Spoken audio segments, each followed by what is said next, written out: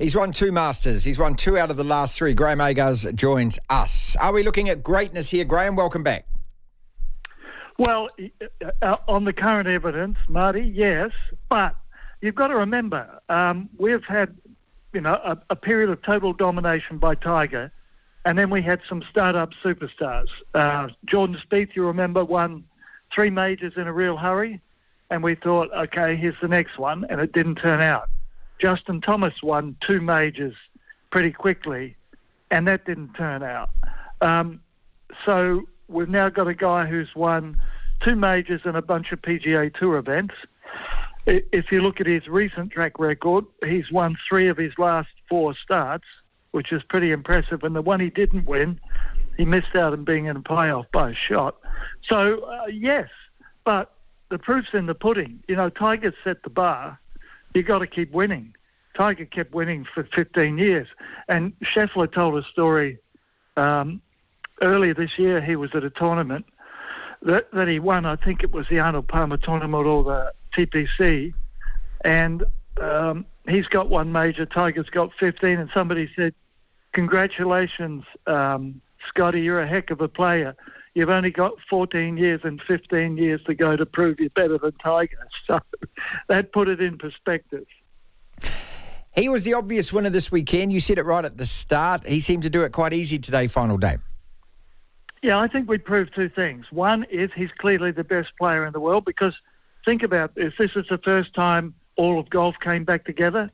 We had the best LIV players there and we had the best PGA Tour players there. Phil Mickelson was talking earlier in the week that he thought Bryson DeChambeau was the best player in the world, but we proved that was incorrect. And Scottie Scheffler has proved to everybody that he's not only the best player, but he's the best player going away. He won easily today. He was in a 4-way tie for the lead after 7 holes. He goes birdie 8, birdie 9, birdie 10, and they all tanked. Morikawa made double bogeys in 2 of his 3 next holes. Ludvig Åberg, the very promising young Swede, hit it in the water on 11. And Max Homa finished up in the garden behind the 12th hole and was lucky to find his ball and survive with a double bogey there. But, Scheffler, he's done his little birdie run, and within half an hour, he's got no opposition. Yeah. So he just put his head down. As he said afterwards, a short time ago, you can't play defensively at Augusta. You've got to remain aggressive, but sensible aggressive. And that's what he did. In the end, he won by 4 shots. So we discovered he's the best player, and we've discovered this kid, Åberg, who this time last year was still in college, wow, hadn't graduated, playing amateur golf. He's the real deal. And it's going to be so much fun watching him because he's bringing a Swedish mentality to golf. He doesn't get carried away with himself.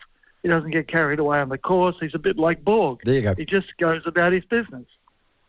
I was just going to say, you said Swedish mentality. I was thinking of the iceberg. That's what you said. That's what you're going to say. Graeme, did it lose a bit of excitement today because there was only one guy who seemed in control of that course? Okay, so I judge it by the amount of phone calls I get during the course of a day. Up until the 9th hole, I needed 4 me's. Right. I mean, the phone never stopped calling.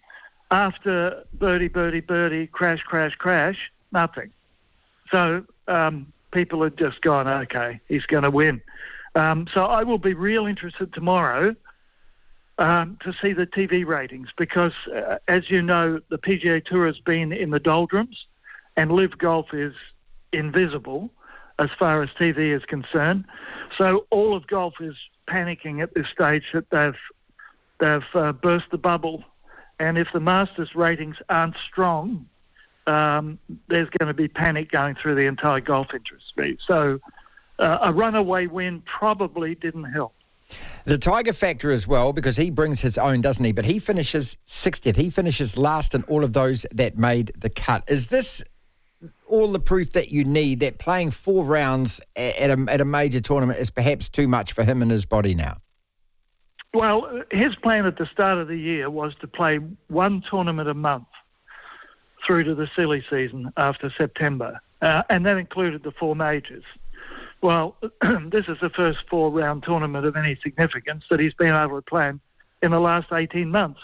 So clearly that was an ambitious goal of his. However, after this tournament, he's still talking about more practice because his ankle's feeling good, and more tournaments. So we'll see. Tiger's not going away yet, and I'm not saying he's going to produce a miracle like he did in 2019 when he climbed the mountain one more time. But he intends to stick around for a while. So we'll see. We'll see.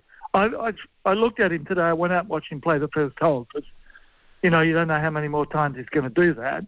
And he's walking okay. He's swinging okay. He's just out of shape. Graeme Agars is with us from Augusta. Scottie Scheffler won it today, people, 11 under. Is that a really good score given the wind? And one thing that you don't get when you're watching it on the TV here at home is you just can't tell how windy it is apart from looking at those flags. And it just seemed to be whipping through the course and making it really difficult. And I was just messaging Ryan Fox over the weekend, and he said at times it was almost impossible. I watched, I think, on day 2 when the bunkers were effectively kicking up a sandstorm and that. How difficult was it to play over 4 days? Yeah, I've never seen that. Well, we had a 2.5-hour rain delay on the first day, so we couldn't finish it. There were a lot of players that got caught out and had to come back early on day 2 to finish. And the course was reasonably soft because of all of that rain. So there were some good scores fired. But on the second day, the winds were as strong as I've ever seen at any major championship for the whole day. I've seen high winds when a storm comes through or something, but they don't last all day. But those winds were crazy. And what that did was it dried the course out. And then at the weekend, the winds turned into breezes, gusty at times, but not overly significant.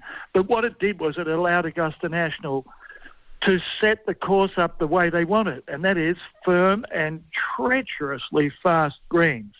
If you're out of position on the greens, it can be almost unplayable. And as far as the sand coming out of the bunkers is concerned, I've never seen that at Augusta. Wow.